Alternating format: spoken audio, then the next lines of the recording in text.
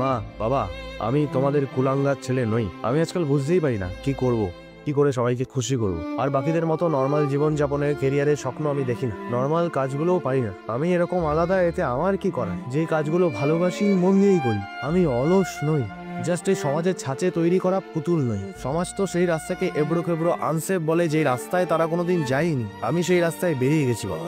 একদিন আমি সব বদলে দেবো। সেই বেটার ফিউচারে আমি শুধু নিজেকে কল্পনা করি না, তোমাদেরও করি। তোমাদের কিছু বুঝিয়ে বলতে গেলে তোমরা সবার প্রথমে আমার ওপরেই চড়াও হও। পাড়া আর ইভেন পৃথিবীর প্রত্যেকে ঠিক, শুধু আমি ভুল তোমাদের কাছে।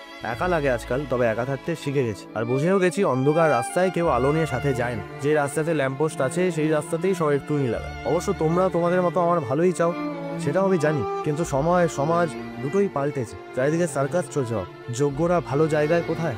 তবে সময়ের অপচয় করছি না মা, সময়ের অপেক্ষা করছি। একদিন প্রমাণ হবেই তোমরা লুজার জন্ম দাওনি। সেদিন তোমার পাড়া, তোমার সমাজ, তোমার পৃথিবীকে ডেকো আর বলো আমি তোমাদের ছেলে।